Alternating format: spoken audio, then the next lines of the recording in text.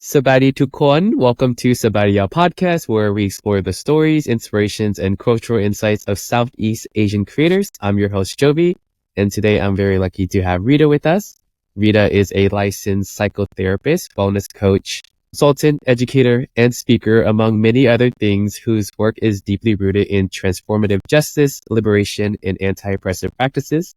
In this episode, we'll be getting to know more about Rita, her content, her podcast, Healing Out Lao'd, which is focused on mental health tips centering Lao diaspora, storytelling, healing, and tools for sustainability. So, hello, Rita. How are you? Sabaidee, Jovi. Sabaidee. I always messed up on that word, and I practiced saying it before, and I psyched myself out. So I died a little inside just now, but I'm good. Oh gosh, I didn't even, I'm not even catch that because it's like diaspora, depending on what dialect. Yeah. So yeah, I say But yeah, anyways, how are you doing? good. I'm good.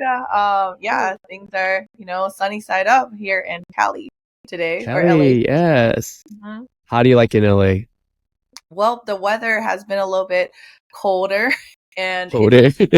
it's interesting because there's something called June gloom, where I think something from the ocean and causes there to be more clouds in the sky. So it's been a little gloomy, to be honest, but the sun, it peeks out once in a while. So Oh, that's where we I are. learned something new Yeah, today. I didn't know that was a thing. a lot of people actually, see LA specifically as I'm coming here for sunshine 365 days out of the year, but because of climate change. Well, nice that it's sunny over there, just like your personality. I've been following you for quite some time, and I am a big fan, and you just have such a big, bright, sunny personality. So I love that about you and your content. But before we get started, could you give us a Lao word of the day, and it can be anything? Yes, Lao word of the day. I love that. First of all, okay, Put you on the spot. all of a sudden my Lao disappeared. Yeah, I can't think of any Lao words. No. I thought of hak. Yeah, like it, and not hak.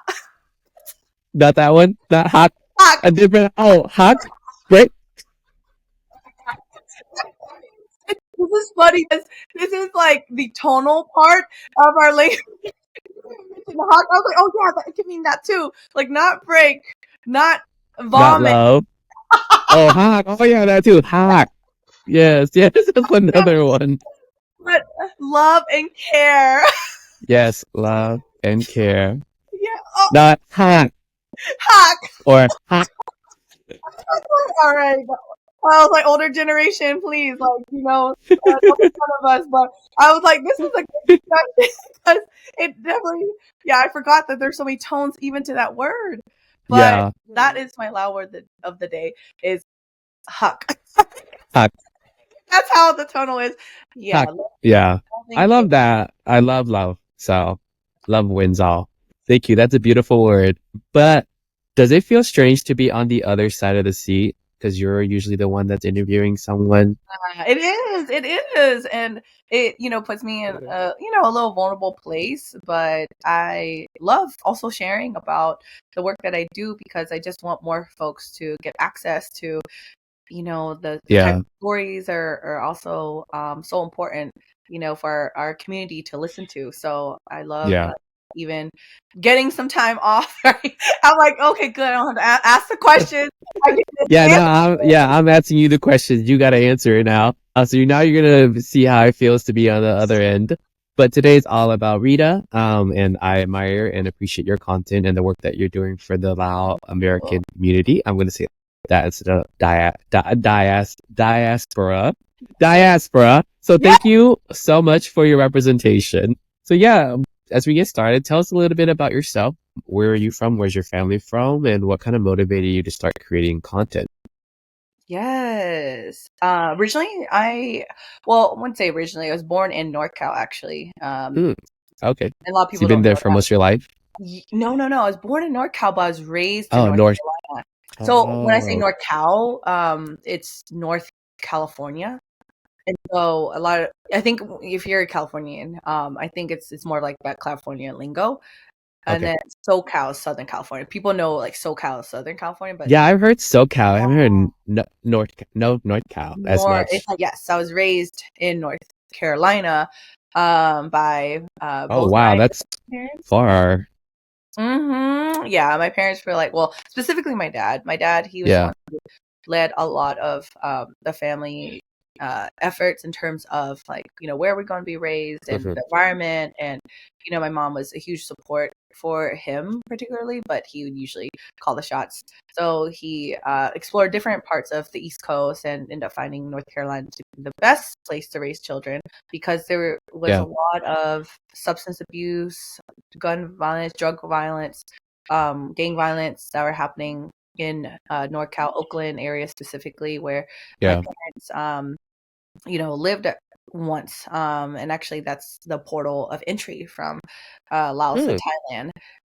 And so I didn't know that. NorCal was actually one of the main portals of entry. That's why you have a lot of Southeast Asian refugee diaspora there. Also in Yeah. Texas, yeah.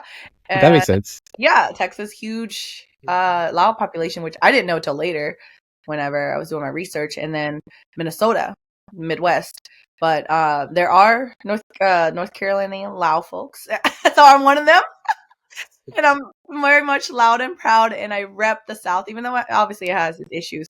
But I would say, like, yeah, but that's really the context of the work that I do is really giving folks that have been in the margins a space where they can be centered for once, because I never had that growing up. Even when I moved to LA, I moved in 2013 to do grad school.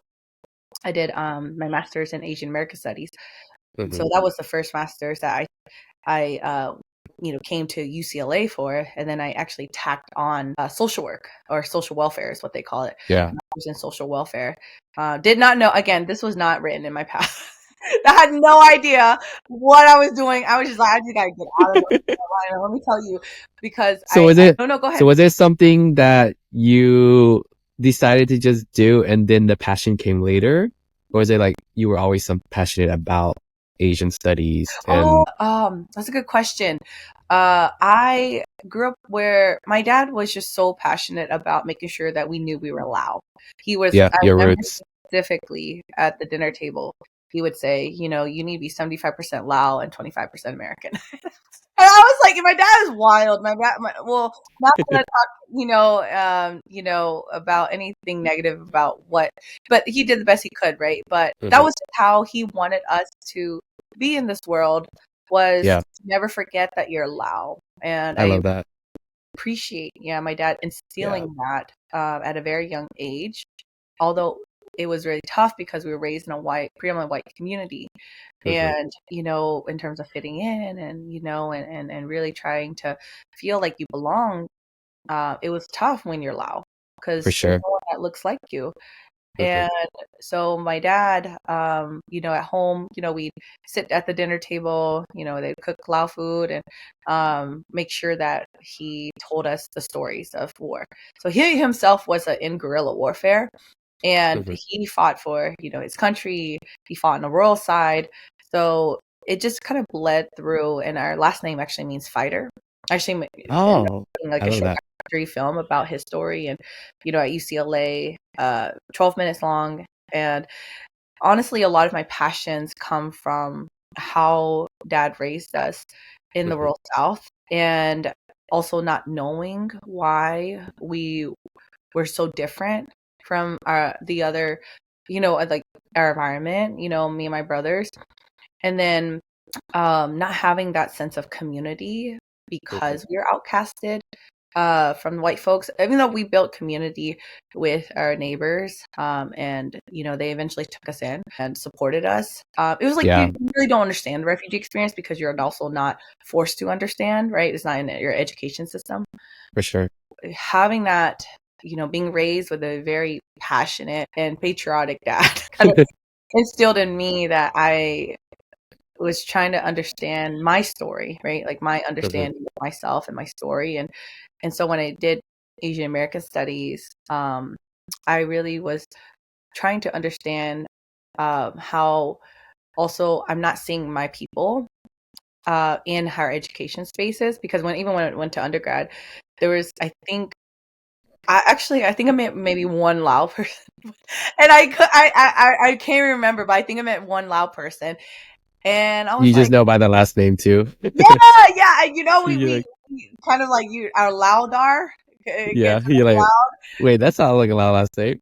Yeah, or Laudar. Like Lao yes. Dar. I haven't heard that term. I'm gonna start using that. The Lao Dar. We a lot of new words in Los Angeles. We're very punny people. Yeah, For folks listening, I'm part of a group called Los Angeles. It's a bunch of Lao Los transplants Angeles. in LA. Yes. Or folks who have roots in Laos. So you don't have to be Lao. You could be Hmong, Khmer, Mien, just, if you have roots in Laos, where, we formed together and we started creating all this new language like Laoglish, Laodar. Lao Dar. I love that. Yeah, I've heard of you guys, Los Angeles, and I know isn't Sumlit part of that as well? Do what? I think Sumlit is part of that as well. Yes. Right? Yes. Yeah, Yes. which you He was interviewed on your a huge podcast. leader. Yeah, in our Los Angeles community, he does the monthly get-togethers where we just build community, spend time together, have important events, workshops, or potlucks.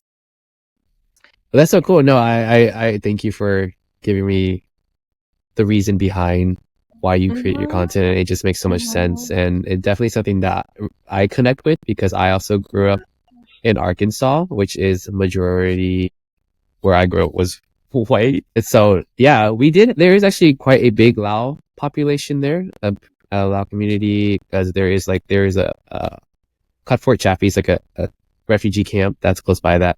But my family also did live in California at one point, and then they came to Arkansas because it was just more affordable to live there. But yeah, growing up, I didn't have, like how you mentioned, like it was just kind of difficult to kind of fit in. And so the fact that your dad kind of instilled you to have pride in your culture and, your heritage. And then the fact that your last name means fighter, which is Pet Mixai. Am I saying it right? Pet Misai. Pet Misai. Pet Misai. Mhm. Okay. Pet Okay. Misai, which means fighter. It's just like in your name. So I know. I forgot sometimes when I'm feeling weak, I'm like, oh snap, get up. I'm a yeah, fighter.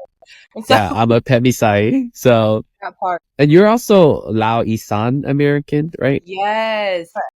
Very complex identity, but our stories are so complex. It's not meant to be black and white. My mom is Exactly. from Yeah. Ubon. I never understood why my dad would be like, well, your mom's Lao, she's not Thai. And I'm like, what do you mean? And then we went to Thailand in 4th grade, and my all my cousins from Thailand would speak Thai. And obviously there's a lot of overlap in our languages, but whenever I would speak to him, I really didn't understand, because obviously there's Lao has a different dialect, right? And then it wasn't until I grew older that I came to understand from having conversations with other Isan folks, or just learning online, because there's more and more content that's being revealed now, that Isan used to be Laos, all of Isan region, Yeah. huge portion of Thailand. And my mom is from, Ubon, which is part of that region. And so my dad, basically part of his decolonization, or helping us understand what that means, is by saying that, we are Lao, and Isan there's no language of Isan, it's just Lao. But learning about that history, I, want to have folks understand that is a huge part of also how Lao folks have also, sometimes hidden behind Lao identity, is by saying they're Thai. But there is, such a intersection here that For I sure. want people to know and understand more, because if I don't acknowledge it, then the history just gets wiped out, and people don't really understand what the root of Isan culture and identity is Lao. Yeah. Because I've seen a lot of your stuff talking about intergenerational trauma, but I also love that you're trying to incorporate more of Laos history, which I think a lot of people aren't familiar with. And it's just it's not something in the past that we've been proudly communicating with. And nowadays, there's so many more Lao creators that are sharing our story, which is beautiful to see. But with all that comes that trauma from our Lao ancestors that not a lot of people knew about. And so you're bringing awareness and bringing it to light about, which I didn't recently, I knew there were, during the war, that there were a lot of bombings that took place in Laos, but I think some of the stuff that I learned from you was oh wow, I didn't realize that there was 13 million tons of bombs or ordnances by the US government in Laos for that past 9 consistent years. Mm-hmm. And then, which That displaced over like 600,000 mm-hmm. of us. That was That was crazy to see in numbers. absolutely just even that magnitude. Actually, I think I miswrote that, but it was 13 million, including Laos, Cambodia, and Vietnam. Oh, With okay, that, across. but there's still like 2 point something million that were dropped in Laos, which still makes Laos the most bombed country in the world per capita, because of the density, like the levels of bombings. But even but that messaging, it still holds a lot of weight. When it comes to, like, how do we not know that, even as, Yeah. children of refugees growing up, right? Like, how do we, Yeah. like, miss that in our education system? It kind of makes sense now too, that because like I was like, well, Thailand, I mean, because they're like neighbors, and like, well, they're so much more developed. We just have so much like stuff that set us back that is trying to rebuild from all that. But yeah, I just didn't think about it when I Yeah, was I younger. mean, we don't get taught that though. And so And that's then why, we only yeah, know what our parents know, and they're human too, so they're not going to know everything. But I grew up yeah, with a dad who made sure we knew. We was just like, want to make sure that you understand that, all this stuff that you're watching, if it was like, branded as Thai, it's like, no, that's Lao. Like, for example, even Lao food, if you think about Lao food and how now you see a lot of restaurants coming, Lao restaurants coming forward saying that we're Lao, right? But yeah, for sure. in the past, you had to market yourself as Thai Thai in restaurant. order for you to be recognized. Or even lap. Lap is a national dish of Laos. And a lot of people don't know that, but then they'll see like it on a Thai menu and associate that with Thai. So Yeah, there's just like little things that we do to decolonize, our language and the way that we show up for our customs, our foods, our people.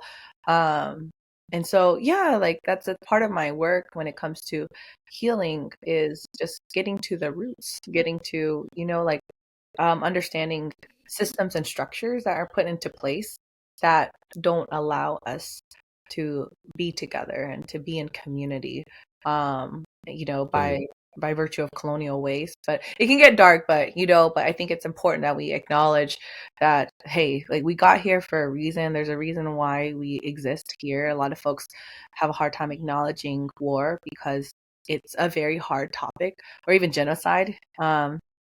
So it's just something that has become part of my practice. So, what exactly does Lao Diaspora mean to you, and how do you include messages of healing and mental health in your content for your community?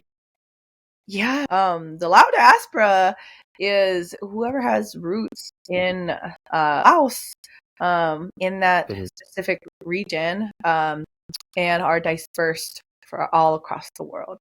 And that includes, obviously the United States, includes being in Canada, Australia, New Zealand, Germany. So many of us actually are probably from like countries, or living in countries right now that we don't even know about. Like, it wasn't until like I did my podcast that I found out that there's a lot of people in New Zealand. Had no idea. Yeah, I'm yeah. like, How'd you get over there? I was like, wait, like, what was the portal of entry, or what took place? Because I'm Yeah. interested in that history, and I'm interested in, the immigrant or the refugee pathways, too, because, a lot of, I think, the content, again, what we see on social media, because it's dominant by, Lao Americans. So it's like, that's what, other folks see, but it's not the only type of way that we have landed, in the diaspora, right? And so, like, a lot of my content too tries to incorporate other folks from other regions of the world, not just the US. So that's the work that is based off of my own personal story of growing up and feeling lost in a world that doesn't understand you. Whether it be your parents are surviving to are struggling to survive, a very vast capitalism system, growing up in an environment where you are not wanted in people that don't look like you, but also not wanted by people who do look like you. Yeah. So when that happens, it creates so many fractures, and it creates a very dark, or a very disconnected relationship with yourself. So part of healing is being able to repair that. Part of healing is being able to find communities or even acknowledge what oppressive structures, what systems were violent and harmful in a way that set us up to not be in community with each other, to not hakpeng each other. As I mentioned earlier, you are an experienced licensed psychotherapist, which is really cool that you have that background, and also a wellness coach. So from your experience, what kind of practices would you recommend for the Lao Diaspora community to improve mental health and find healing? This is a beautiful question. And first of all, I had no idea my life was going to land and I was going to do therapy. And I don't think that's the end goal either. Yeah, because I see Yeah. myself in a more, as I'm like a movement leader for transformation. But when it comes to healing practices, wellness practices for community, a tip that I like to share is to continuously to ask yourself why. Because a lot of times when we experience a lot of mental health symptoms and issues, oftentimes there's a lot of overthinking, or there's also a disconnect from yourself or your relationship with yourself based off of a lot of things that maybe are out of your control, your environmental factors, or just the lack of understanding and the lack of understanding that you have of yourself or lack of compassion. And so asking yourself why, it's almost like a guiding question, not to interrogate, but more so like just getting curious, being open, getting curious, and from a really non-judgmental space. In the Lao community, and I think this is pretty known that a lot of our folks love to gossip, and gossiping is Yes, we a say.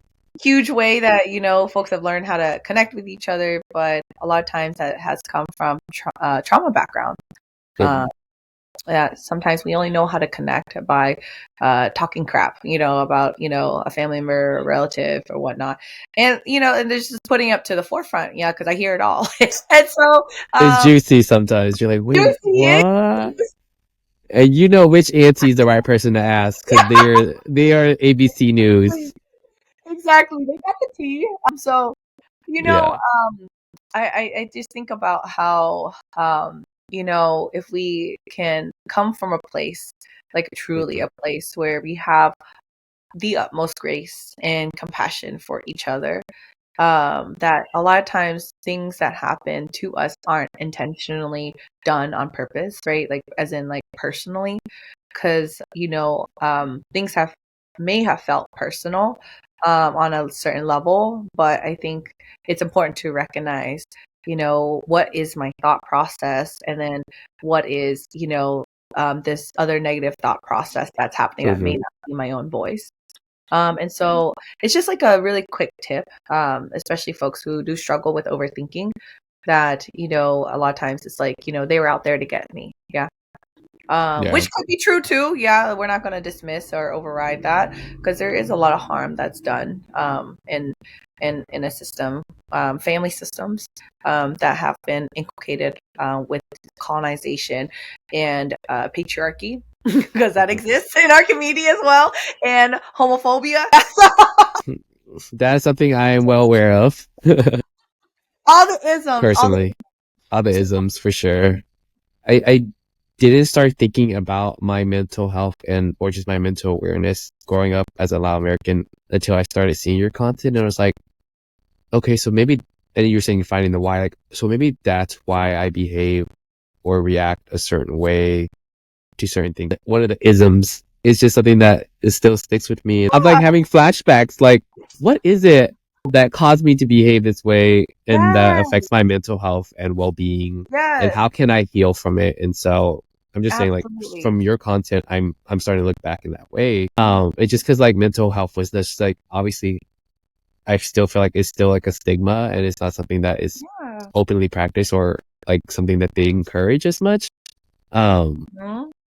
And that's still work that has to be done from us as well. So Absolutely. I mean, when we think about generational trauma, it's passed down because one generation hasn't healed that toxic or negative or harmful behavior pattern. Yeah. And so when we think about like what our families went through when we talk about war, is displacement was violent and traumatic. That's just what it was, to be displaced from your home. And, it's almost like, oh, you don't matter. You don't matter to us. And there's, power and forces out of our control. So then our parents then, get treated in that way, and they don't know anything else but to perhaps, treat, children in a way that also replicates that same level of harm, but maybe behaviorally. Yeah. Emotional neglect, physical, sexual, verbal, mental abuse that can happen. And so a lot of times, though, we forget that a lot of times that these aren't maybe intentional behavioral patterns, but because they happen in the unconscious and no one has talked about it because there's so much stigma that I don't even know I'm doing something that's harmful. Yeah, I don't know that this isn't normal because it's been so normalized in my family that I didn't know that, cussing someone out was like not actually normal. Or Cussing out a speaking child, loudly, yeah. like I'm not yelling, I'm just telling you. Yeah, I'm just stating, I'm just passionate, and so Yeah. there's these things that happen to Definitely. us that, perhaps that we don't realize till later when we grow up and we start questioning. Yeah. Start questioning. Exactly. The self-reflection happens later, Mhm. unfortunately. I think just one that came to mind is like that probably most common is Lao people are very passive aggressive. It's just because we've taken so much bullshit that we just, I'd rather we'll not talk to you. Yeah. you're Or not gonna talk to you about it, or suddenly like, sharpen my knife and, stab you with it, whenever we have this like heated discussion and, it I just have blow all this, up. Yeah. yeah, it just blows up. And then you're all of a sudden, you're like, whoa, I didn't even know that's how you felt Expect the that. whole time. Yeah. And I've seen that from like, partners with friends. It's just like, well, if you have a problem with it, just tell me. And I'm like, well, I'm just so used to like suppressing it. That's just how we deal with things. Mhm. Yeah, and as if nothing happens, right? It's just Yeah, like, and oh, then later on you're cool. Time passes and you're like, hey, you yeah, good? You wanna like go get something to eat? we don't really get to the root of the issue. It's just like, yeah, the house is burning, but you good? Okay, She all thought you right. good. I was Like like, Kim Kardashian. oh, like you caught wall, and I'm like, wait, you just fucking cussed me out. Like we were gonna act like Yeah. it just didn't happen, or you just told me Mhm. I was worthless. You just called me, like worst cuss All word. these things. Yeah, Yeah. yeah. It's not right, but there is, the Under, trauma, like yeah, the trauma behind yeah. it. And once you understand, you're kind of like, okay, well, There's explanation to why yeah, we feel the way that we do and why we react the way that we react. yeah, There's absolutely consequences yeah, to how we are raised, whether it's positive or negative or neutral. But it's yeah, always like a point of taking time to reflect and asking yourself those questions and being curious, like really being so compassionate, because sometimes when we ask those questions, we can oftentimes judge too, and then get into hmm a rabbit hole and then cause more yeah, suffering. Yeah. Because we're like, dang, I wish I knew this. But you didn't know. How could you have known? How could you have parented your own parent growing up, yeah. And everyone just has their own like unique perspective on things and their own Mhm. experiences. So with that being said, has addressing these kind of mental health issues, there been any kind of disagreements or negative feedback, and how do you handle those as a content creator who speaks out publicly or out about it? Speak out publicly. Yes. There's been, yeah. I mean, I think when you start to talk about a controversial, quote unquote, um, very stigmatized topic, for once, people are going to have opinions based off of Mhm. their own personal experiences. And there's just much more to unpack over time. And you're not Mhm. going to do that in 90 seconds or 60 seconds. And, I do the best that I can to be able to further clarify, because again, I am speaking from my personal point of view too. And that's me. That's not going to be everybody's experience. And so Yeah. people will come and they'll share their experiences to be heard, perhaps, or to give a different experience, or sometimes to antagonize because that's all they know to do. Yeah, because they feel so strongly about their belief system that there is an attachment to whatever that belief system is. And anything that goes against it or goes against the grain, it's as almost like you are actually attacking me. Yeah. And so part of mental health is being able to acknowledge that things aren't personal. They're not meant to be personal. But if you take things as personal, there is something more deep rooted than that. And that needs to be processed maybe with your therapist or healer. And so, yeah, that's not my job. Yeah. I mean, I'm a therapist online, but I'm not your therapist. Your therapist. So, let's just make that clear that I'm also a human being and I could respond from, a human to human perspective. But, sure. I'm not here to, also feed into that. But I'm going to continuously still share what I know and to give folks perspective, perhaps those who have not heard whatever perspective I'm about to give before, because a lot of times, like, I wish I had that growing up. I wish I kind of like had myself and understood that, like, the way that I thought, it comes from a certain place, right? That these behavior patterns or thinking patterns or the ways that my emotions show up actually is because I haven't been heard. It's because I haven't been seen. It's because I've been dismissed, invalidated, repressed, gaslit. And then when I find somebody, that finally understands, it is so calming. It could feel so affirming. And so that's really what I do with, a lot of my content when it comes to the Lao Diaspora is, first of all, centering ourselves. Growing up, like, can you even think of like a Lao content creator we had in high school? Like, if you think about like back in high school, it's like looking up Lao content creator. Content creating, it wasn't even like a language. It wasn't even part of a vocabulary, right? Yeah. No, I can't. Yeah. So honestly, a lot of us that are doing, like yourself included, like me and, a lot of others now, a handful of us, we're creating knowledge. We're creating knowledge for future generations to look back to and also have their own opinions about. Yeah. Yeah. It doesn't make us, like, we don't set the standard, but we are speaking from our personal experiences. So part of my journey as a content creator, part of, on top of podcasting, on top of the mental health work that I do, is being able to have folks understand that you can center yourself for once, that you don't have to be adjacent to Thailand or Thai folks, that you can just exist. And experience joy, experience feeling validated without having to, think about somebody else's story and try to relate. It's like, this is just the content that you can relate to. And I'm not saying that every Lao person is going to relate to my content either, right? Because we also want to acknowledge there's such a diversity within our community. And we think about like all the ethnic groups that originate from Laos. There's so many. And it's not just like lowland Lao people. There's so many. There's not a one size fits all. And then you mentioned earlier, it's not black and white. It's a spectrum, and some people, to them, they identify in a different way based on what like they feel. Not so much of like, oh well, because you're from here, you're this, and you're like, no, I identify as this, even though I am from that. So it's just like a melting pot. Well, I was just going to briefly mention like how, for example, if it's helpful to think of it, example, like you're from the South, right? You're Lao American from the South. I'm also a Lao American from the South.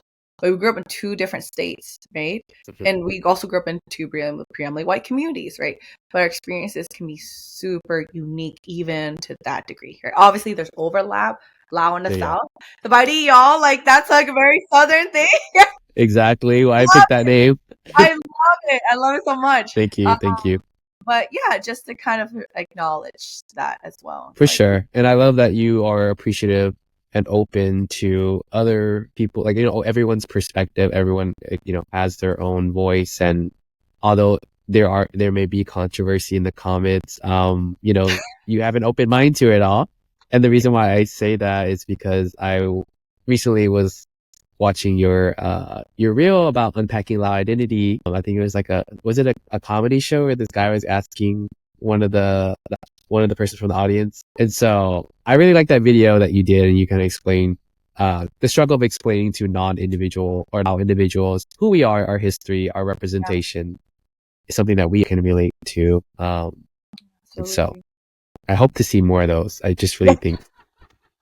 I was like, yeah, that's all I'm going to do. I'm going to stitch and then, talk about the Lao experience when it comes to, Yeah, I was knee deep in the comments and everybody had their own thoughts and opinions. And I was like, at some point, you have to let it go because I'm glad people had their opinions because that really is a reflection of their experience, though, of it. sure. And I'm glad that people are not sugarcoating and just because a lot of folks, like for a lot of us too, like I speak from one experience and I think some folks are like, well, don't expect people to know, like there's all these other smaller countries and yada yada yada. Yeah. Well, I get that, but I'm not talking about that. And so that's where they went. That's where their mind went, and that's okay, and that's something else to process. But the Lao experience, like because people are so not used to us centering ourselves, it becomes a problem for them. Does that make sense? Yeah.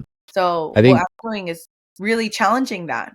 Like, okay, you're gonna see that what a Lao experience is, and you're gonna be uncomfortable, and that's okay because we've been uncomfortable our whole life. yeah. That makes sense. And We've been uncomfortable, so now you get to feel uncomfortable, especially if you have been a part of a culture that has been recognized and has been dominant wherever you are. Now you're going to look from the outside in and see, okay, a Lao person and their unique experience. sure.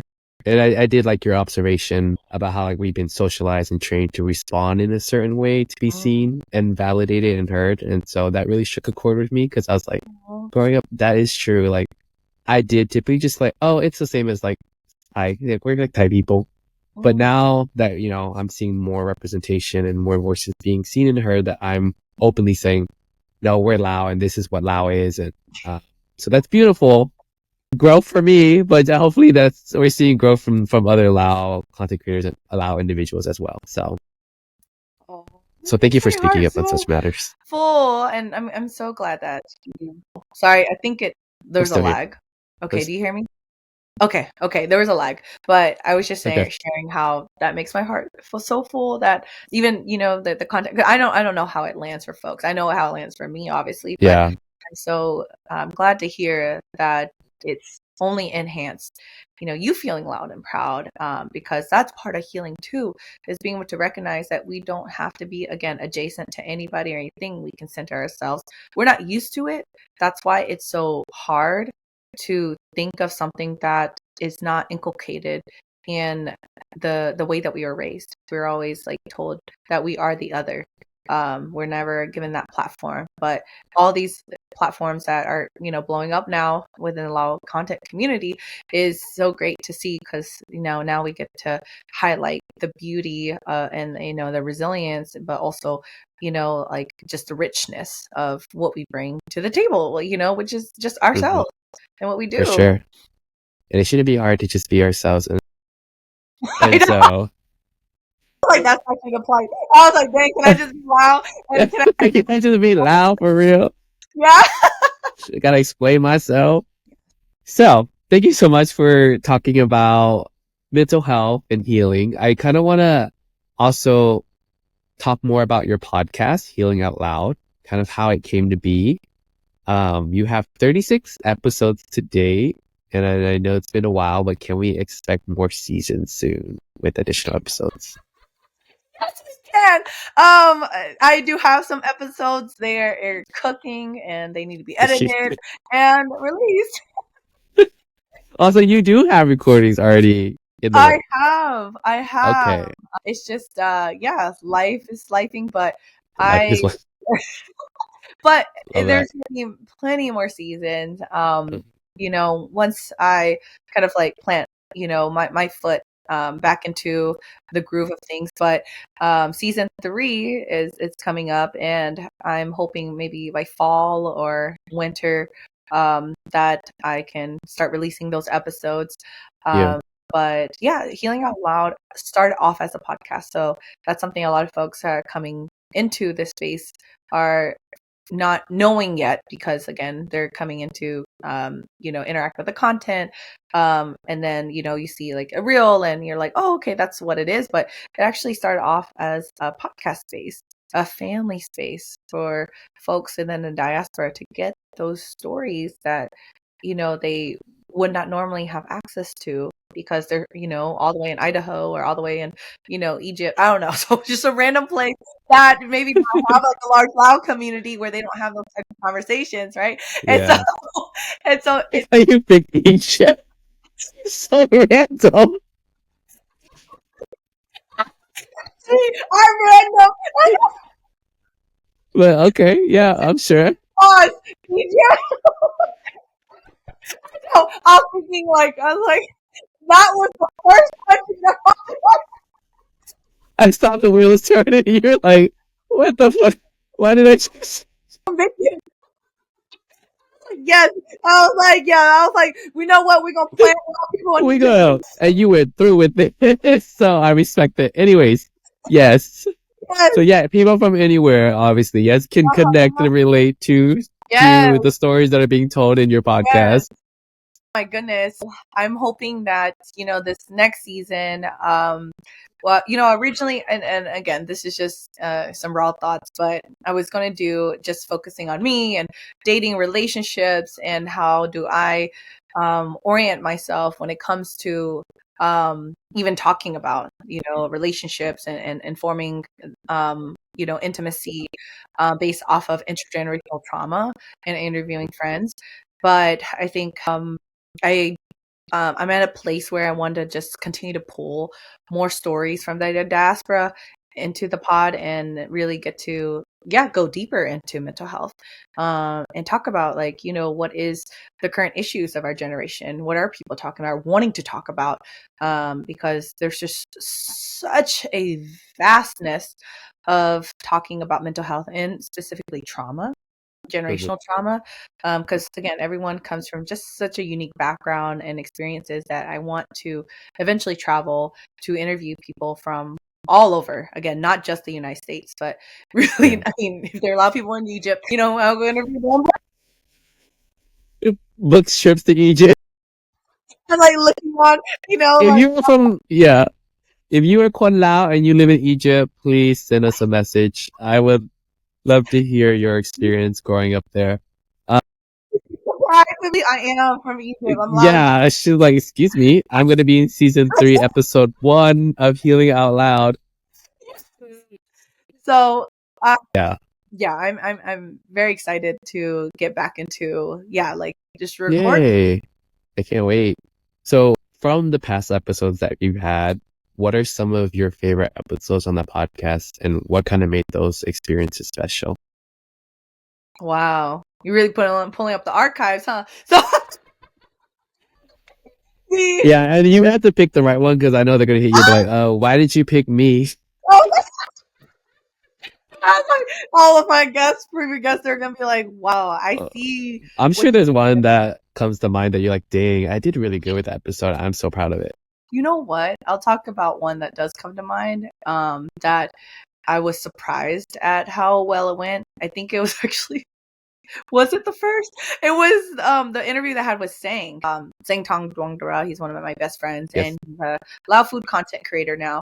But just Huge. just from again where we were at that time, in his little K-Town spot and where I was, and we were both at UCLA together at one point, and I just remember how I guess there's so much self-doubt that I had, because again, I was going into this entire completely new field of podcasting and entertainment, and I was traditionally in higher education, and it's just like such a 180 for me, and and then I was tasked to interview, and it's like, oh wow, so I'm really nervous, and so I remember I re-recorded an episode because I didn't believe in the first one, and then when I listened to it, I was like, actually, this is not a bad episode.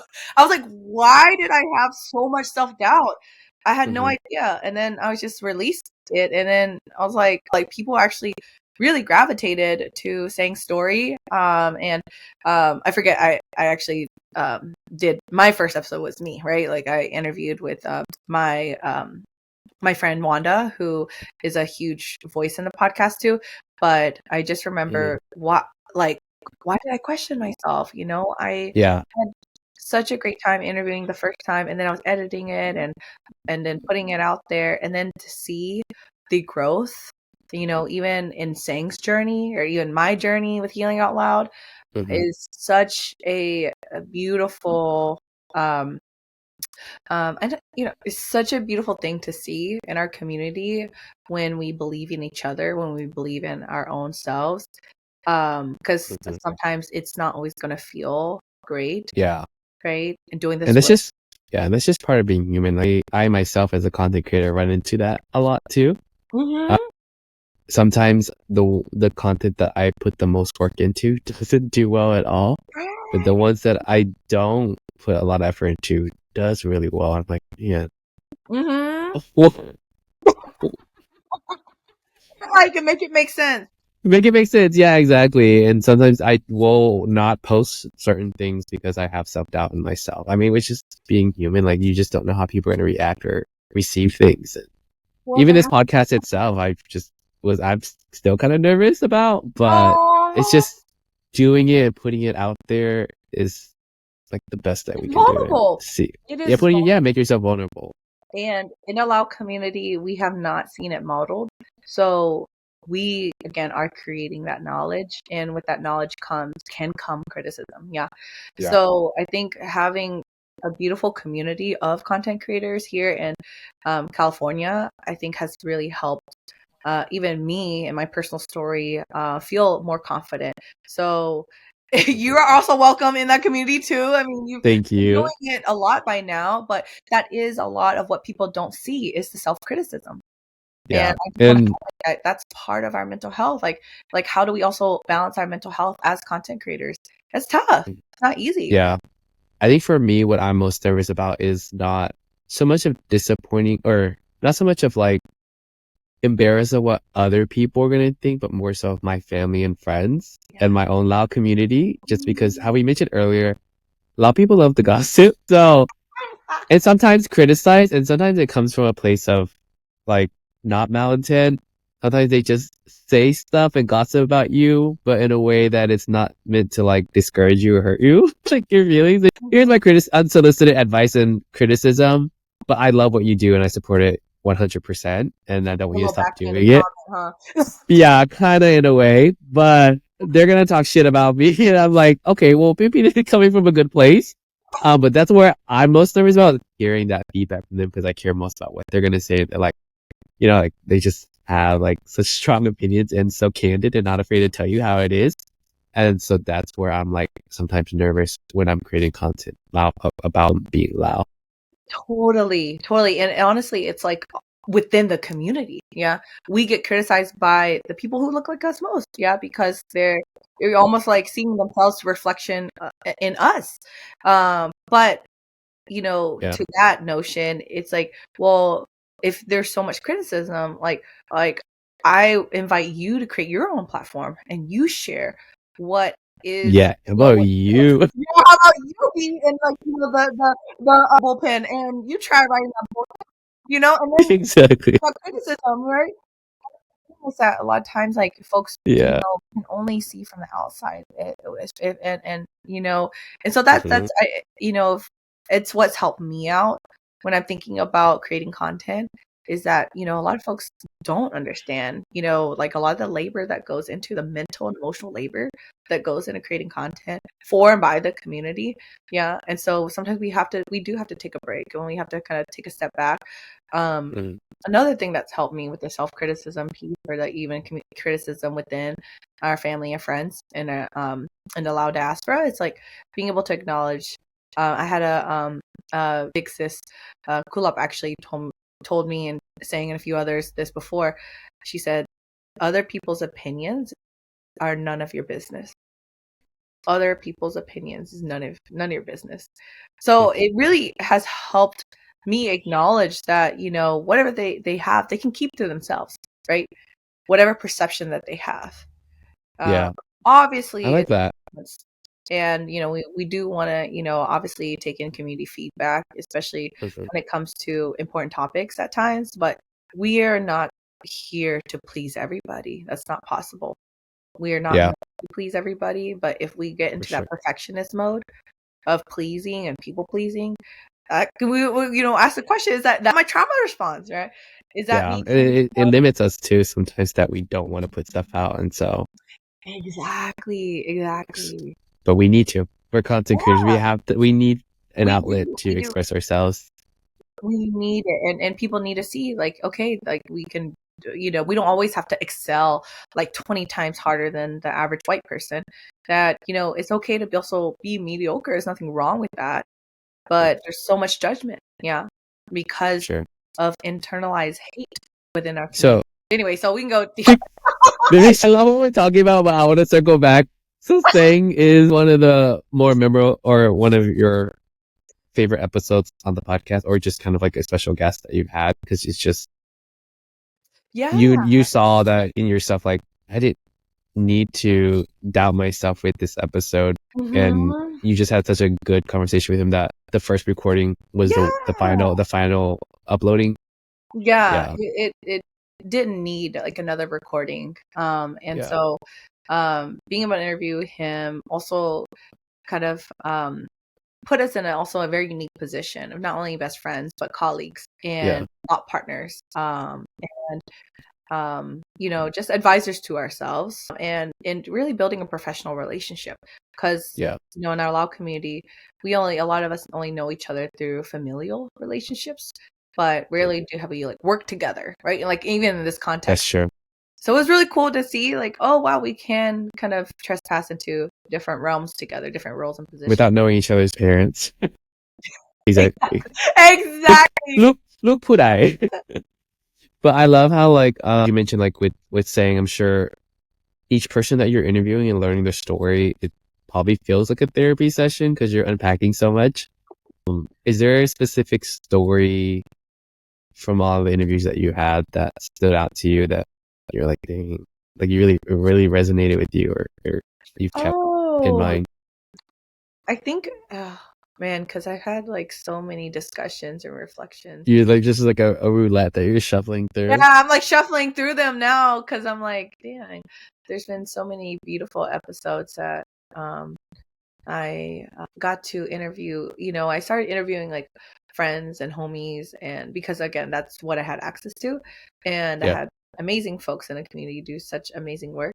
But then when I'm branching off and doing interviews for folks outside, I think I really was I don't know, like, I just felt like, oh wow, like, we're building like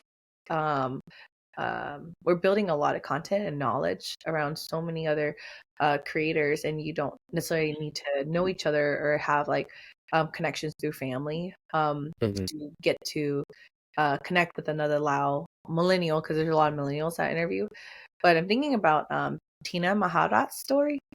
And she's a cis. She was, I think, Ohio's first Lao American, Asian American state representative. It's either state representative but it was like a congressperson. And interviewing her and just seeing how strife she's been through, a lot of grief and loss in her family, but then overcoming that and becoming such a huge part, and and being a change maker and in the Midwest as well. I just can't imagine navigating the racism that takes place when it comes to being in the Midwest, and then talk about the government. I openly on a podcast. I'm sure that was like but just hearing her story about her own personal life, and and how she's just super like unapologetic, remind me a lot of myself, and the path that I could have taken, because my dad always wanted me to be in the government, but I wanted to be in entertainment. I mean, I think that's probably a reason why I'm probably in LA, because of the entertainment world. I remember telling my dad one time, I was like, Dad, like, I want to to be an actress.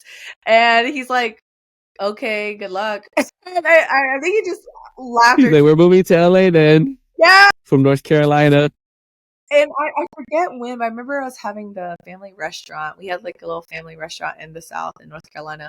And I remember mentioning that to him. And I don't think he understood because he was trying to make me into a leader that he saw in his eyes. So when I didn't take that path, right, there's a lot of disappointment that I had to deal with. And when I interviewed Tina, I was like, wow, I see somebody I could have been for my dad. Because I think when he heard about her story, he was like saying like, oh, like she's like my daughter. And I'm like, yeah, like that's someone that I think you envision to be your daughter, but that's not who I am, obviously, right? Because I've taken my own path. But I thought it was like a very unique intersection that I was met with whenever I love that. And we didn't know each other, but until she, got into that representative seat, and I was like, wow, like I just want to get to know, Tina and her story, and have other people also hear the intimate details, and that I wish I would have known too. So it brought up a lot for me in that way.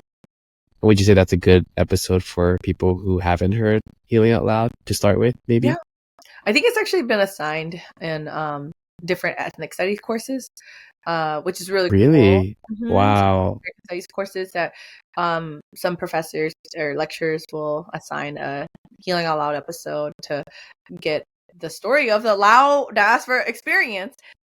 I love that for you. That's so awesome. Yeah. So I mean, look out! Like Congrats. your podcast too. It's gonna be in the running for. When you become famous, please give me a shout out.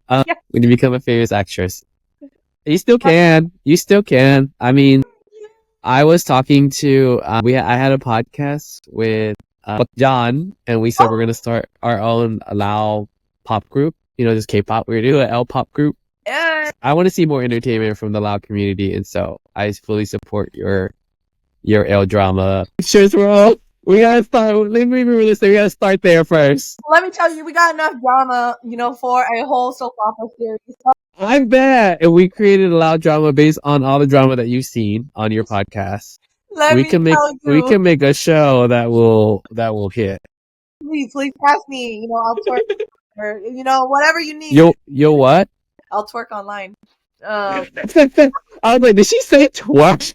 She's like, she did. So funny. Yeah, you'll have to twerk for it. I interviewed Tintin. I don't know if you heard of his episode, but it's a really great episode because it talks about his experiences as a queer Lao man and how his dad was super accepting of him. Actually, drove him to his high school boyfriend's home and where he can meet his mom. And my friend Wanda was like, "Oh, that should be in like a children's book." Like a Lao children's book of a dad that's there for his queer son. And I was like, that is so sweet. And I was thinking, yeah. But anyway, so Tintin, we were talking, and he knows me in terms of like being in LA and all that. And he was like, "You are like the twerking healer, like you are like the twerking healer." Like that. There's a TikTok trend where it's like who you think you're emailing, and then did you make one? I actually have one in draft, so I need to. Is there loud music in the background instead of the original? That would be cool if you could do a loud song that you're talking loud version of that. Yeah. Yeah. No, I had another one where it's like, what you think your therapist is doing like 5 minutes before and what she's actually doing. So don't worry, there's so many in draft. I need to just upload them. But yes, please upload them. I would love to see it. It's like one of those things where I'm like, are people going to relate? I'm like, yeah, it's fine. The twerking therapist, the twerking Lao therapist. Twerking can be healing as well. Absolutely. You're twerking out the drama, twerking out. Yeah, it's the Lao movement. Drama. Yes, twerk out that gossip. So apart from your podcast and the content that you create, what are some of Rita's personal passion projects or things that inspire you, interests, hobbies? Oh my goodness. That's such a beautiful question. Something I have had to confront more recently. What is it that lights my fire? Honestly, community is such a huge part of me and has helped me grow, helped me heal. And aside from the podcast, I do retreats and Lao Yes, I saw that. retreats, focusing on the experiences of Lao women and femmes. I would love to expand to have like one day maybe like a male centered retreat, Lao men's retreat, or something co-ed, but it's going to be very unique experiences because it's a unique intersection. But I've been getting a lot of feedback actually from men who want something similar. They're like, "Where's the inclusivity?" Like, and I'm like, "Hey, like, there's a reason why, like, we're over here doing our own thing because the conversations just, It's different. Yeah. conversation is gonna be different. It just changes that dynamic when there is the unique differences of experiences when it comes to gender identity and obviously all the other intersectional identities. But I would love to continue to do that. I'd love to open it up to create like more Southeast Asian women. But I love breaking bread and eating Lao food with chosen family, with your friends. And I feel like those are where the beautiful stories really get told, and you get to see so many connections, points of connections. Yeah. So that's something that I'm hoping to hone in on, like as a yearly thing. I already had two in SoCal. I saw your second. Yeah. It happened in March, right? Recently in March. Yeah, March was the second one in Joshua Tree. The first one was in Lake Arrowhead last fall. I have a shirt that says Joshua Tree. I've never been, but I don't know too much about it. It's so funny because I think in the more recent years, it just got named or grouped into like as a national park, because before I think it was just like something more like regional. But Joshua Tree is, do you know why they're called Joshua Trees? Because somebody Educate me. It's funny because somebody back in the day named, because the trees look like Joshua's hand, Joshua from the Bible. So they look like they're reaching up to God. So that's why they're called Joshua trees. So it's just like a place where people will have retreats for like healing, rejuvenation, restoration. A lot of, it's the desert, so desert vibes. People go because there's like different rocks and that are boulders that are just laying around, and it's just cool to see. I think when you're yourself, it's just like a sightseeing, yeah, as well. Sightseeing. There's also hiking trails that people can go to. It's been more up and coming, but it is like a pretty spiritual place, because people have seen like aliens there before, or something like UFO. Not the categories like spirituality and aliens. I'd love to see. That's my Lao drama. A group of Lao women go to retreat in Joshua Tree. Watch UFO. I see UFOs. Yo, like there have been people that have spotted UFOs there. It's a common thing in California. You have to come for No. It's gonna be action. So the alien's gonna show up and they're gonna try to take over, but Lao people, we fighters, you pet Misai, you a fighter, so you're gonna lead them and you're gonna beat the crap out of them with some my coke inside. fly swatter, and that's the Lao drama. I'm gonna make it based on that. We're gonna go to Joshua Tree and we're gonna fight off the aliens and the UFOs. So sorry. I digress. But so for you at Joshua Tree for 2 nights, 2 days, and you guys got to see the beautiful scenery there, and you gave them a chance to connect with themselves, with the community, with the nature in a secluded area, and they got to also eat some yummy nutrition fusion food. The whole chef, I saw that too. She was like the chef, and then we had Alina as the sous chef. Again, Lao centered everything, like millennial style. So Lao food, it's like Lao American food, right? It's like whatever the chef's like choice is to, combine American style Lao food. And then we went hiking, and then we also did I hold a workshop on generational trauma. And then at the end, we capped it with a Basi ceremony, a millennial style Basi ceremony. Oh, yes. Never done. before, you know, as an adult, like, and to have, you Like know, hosting it and doing it. hosting it, Yeah. doing it, and Alina, our Mapon, which is kind of like the master of ceremonies for Basi, was able to facilitate such a beautiful ceremony for us, and we invited the ancestors to come in, and it was a very spiritual experience. And I think it's like you don't know what it's like until you actually are in the ceremony itself. So yeah, I would love to have that be done for Lao men as well, to help, you know, everyone heal. But like, I think there is a particular history when it comes to masking a lot of mental health issues when it comes to being a man in our community. And then talk about that being like, you know, queer, or, you know, and it's just like the list goes on. But men do need a space to heal in a way that feels safe for them as well.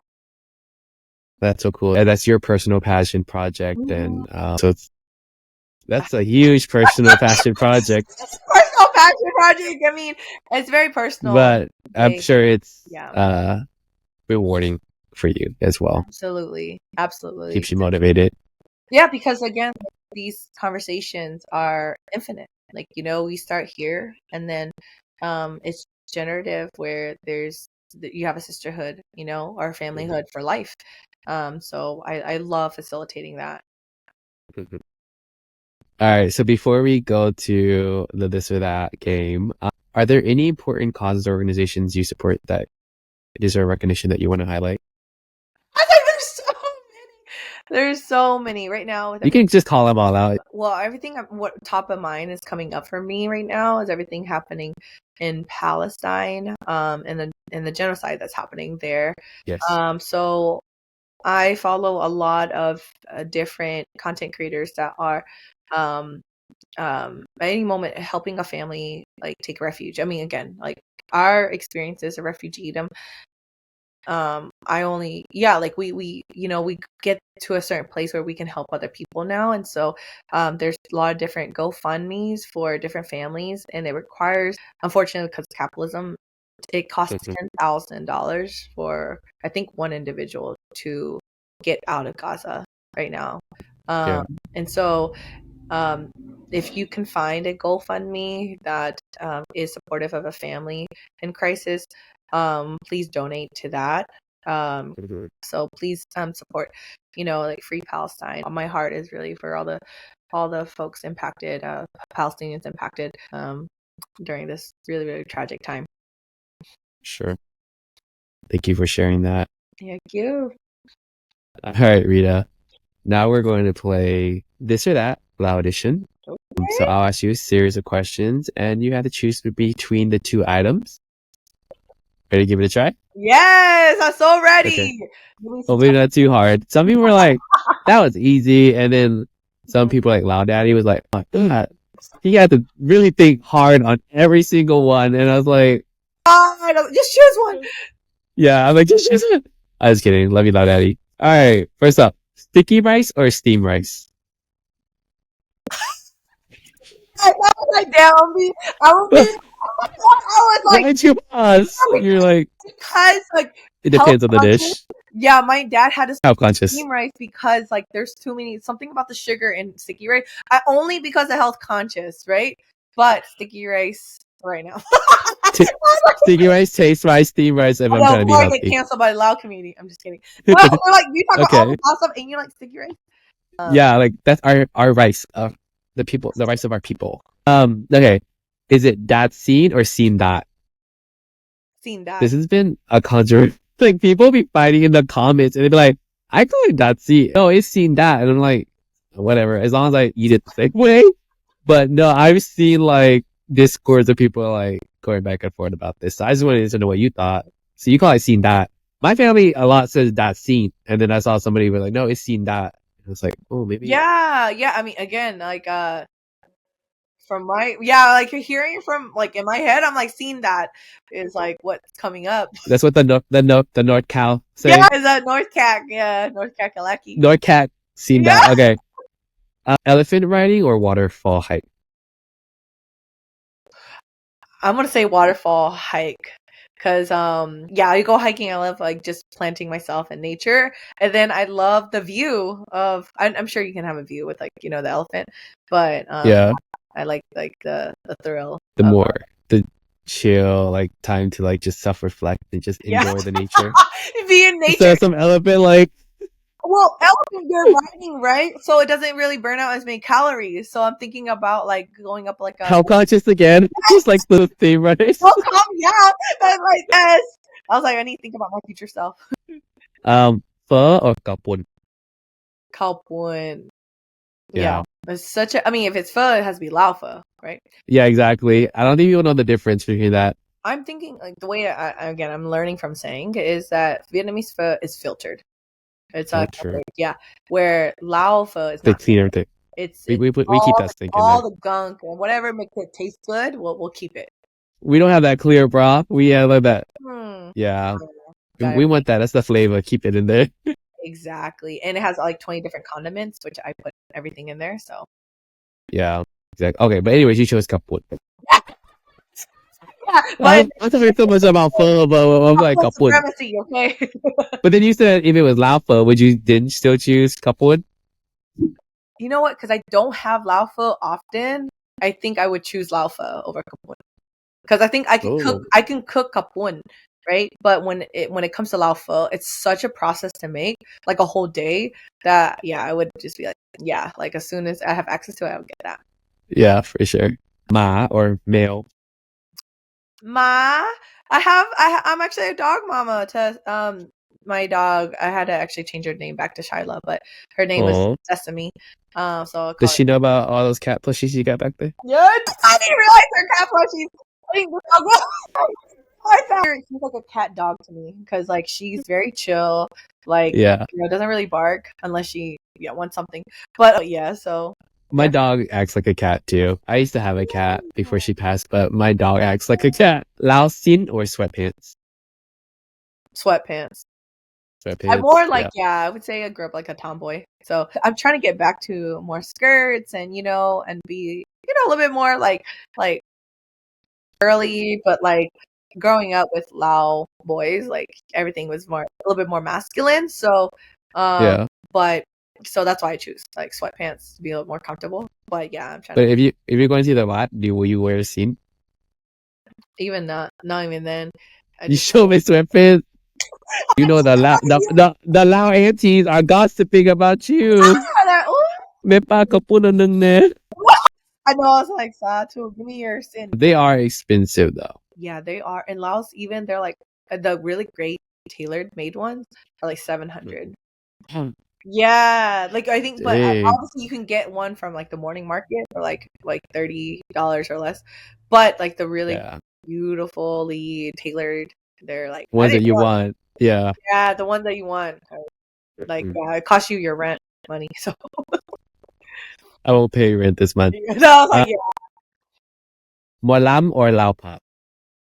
Molam. That just goes back to the roots. It just hits different. It's just like you twerk into it, right? Yeah, Molam, it's its own category. It just needs, like it's its own genre. For sure. Yeah, no, Molam every day. But do you listen to Lao Pop? I listen to. I mean, as part of my stimming, I have a stimmy podcast. Playlist. I have a stimmy playlist on Spotify. I haven't categorized it yet, but I just put all the Lao Pop songs on that I feel are really great for processing your emotions. For sure. Please share. I would love to hear it. Yes, I will. And it's just, a lot of it's taken from the Sabaidee Fest playlist, but I kind of created my own, like the ones the jams that I think would help elicit some emotional response. Tamkapun or tamakung? Ooh, both. I mean, both. No, you gotta choose. I would say, there's something about tamkapun. Like, yes. That's what I would choose. Yeah, it's a thick, like there's like the carbs and I don't know. The noodle, the thickness, and it absorbs all the juice. Yeah. But tamahung is also just refreshing and that crunch. Yeah. They're both good in their own way, but I typically like tamkapun. You've had them both, right, together? Yeah. When you mix it in. Yeah. Yes. Yeah. So there's tamua. Tamua, yeah, everything. Yeah. Beer Lao or Hennessy? You know what? I'm not a big drinker, but I would go to beer, something more subtle, like beer Lao, for sure. Have you had Beer Lao? Yeah. I haven't had it yet. So in Lao, like the motherland, like all about Henny too. I went in October to Laos, and obviously they have beer Lao right everywhere, but I didn't see so much of. Maybe it just wasn't exposed, but like I did not see that as a thing. Yeah, Even maybe it's though just something that was like a thing here. I think so. I wonder where the origins are from that. If you guys know the origins of why Lao people love Hennessy, who started making it a thing? Well, there's talks about, even substance use issues, yeah, but how white men created alcohol, like specifically branded for communities of color, specifically who going through so much emotional pain, to mask that, and so they're making money off of our pain, and so dark, but like I try to keep it light. But hey, there's not this or that. Just kidding. Like everything's coming to the surface now. You blew my mind. Damn. I'm telling you, like everything has like a passage point. Like it had to come from somewhere. So, and again, I have conversations like this on a daily, so it doesn't faze me anymore. But there is a history, and the substance use and abuse in our communities a lot of times is because of emotional. They're profiting. They're profiting off of it because we're vulnerable, and so then we take it and run, and we kind of make memes of it now. But as a mental health professional, I take it out. I'm like, yeah, but that's not, is that something we want to normalize, in our community? I mean, it's good. It's great to have fun. Yeah. We don't need to be sticklers. For sure. But respectfully and responsibly. Exactly. Because a lot of folks I've noticed are, more and more like, feeling peer pressured to drink as opposed to like, oh, I just, want to chill. So we're associating social gatherings in the temple with drinking. And that can be problematic, of course. But anyway, so I've seen that firsthand. And I know what you're talking about. But yeah. We're gonna say that for the next episode we do together. I know. Maybe I'll come on your podcast and we can talk about alcohol, substance abuse, and the origins of Henny with Lao people. You're like, ooh, next topic. I don't know if I would be a great expert on that topic, but I will gladly put in my 2 cents. Yes. All right, last one. Burning Man or Sabaidee Fest? Sabaidee Fest. Okay. There's nothing that beats being with our people and our culture and our food. Yeah. That question actually comes from an episode that you did with Sang, where you guys were like, Sabaidee Fest is basically the Burning Man for like Lao or like just for Southeast Asians. You listened to that one? Yes, I listened to that one. I was like, I'm gonna ask her this specific question and see if she recalls. Dang, okay. Recalls you guys talking about that. I see you doing but you picked the right choice. I do my research on my guests. I try my best. You picked the right answer. All right, that was fun. Wasn't too hard.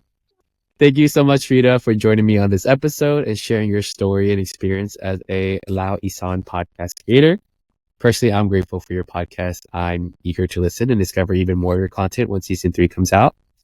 And hearing about you and about your Lao healing movement, it definitely gave me new perspective and inspires me to continue creating content. So it is also important to know whether someone is Lao or has South Asian diaspora experience or not. Anyone can benefit from the content and resources to find ways to heal, move forward, learn resilience, and gain new perspective. So thank you again for your presentation. It truly matters. But before we wrap up, is there anything else you'd like to share with our listeners or any final thoughts you'd like to leave us with? Yes. If, for any reason, you're struggling with, whatever it is, self-doubt, grief, transition, just know that there is a community out here to support you. And that's what Healing Out Loud is a family space where you can feel connected, you can feel seen, you can feel understood and heard. And connect with me. I want to hear from you. But yeah, you are loved and seen and heard, and your Lao identity is so powerful, more powerful than you think. So I hope that, you can embrace that more and more as you grow older. I thought you were also going to say that we could book a therapy session with you. You doing calls? You doing individual one-on-ones? Yeah, like consultation calls, like absolutely. Consultation calls? Consultation or connection calls, just to say hi, or I love hearing from folks. So yeah, book a call with me, and email me healingoutloud LAOD at gmail.com, and I'd love to hear from you and figure out ways that we can continue to build a community and and grow this greater Lao healing movement. Sure. And you're at Healing Out Loud across all your social channels. Absolutely, yes. Twitter, Instagram, Facebook. Yes. Right? On Snapchat? Most active I am. People, I was like, they're not connected with me on Snapchat. No. That's where you're more your twerking content. Yes, that's where my twerking content, everything. I mean, your only Sabaidee content. Only Sabaidee. Only Sabaidee, only fans. Yeah, so you'll have to subscribe for that if you want. But so Healing Out Loud, mainly on Instagram, Facebook, Twitter. Not so much Twitter, Threads. I think it's Threads now, and then TikTok. Yes. Yes. All right. Thank you all so much for listening. And thank you so much, Rita, for being on the episode. For updates on new episodes, please follow me at It's Joby Chim and at Sabaidee Y'all on all social media channels. ขอบใจหลายๆ ขอบใจหลายๆ Joby. Bye everyone. Jup jup. Hi, thank you so much for watching until the end of the show. If you would like to be a guest or nominate someone, you can email me at sabaideeyapodcast@gmail.com. Please like, comment, and subscribe if you would like to see more episodes. Until then, Sabaidee Y'all.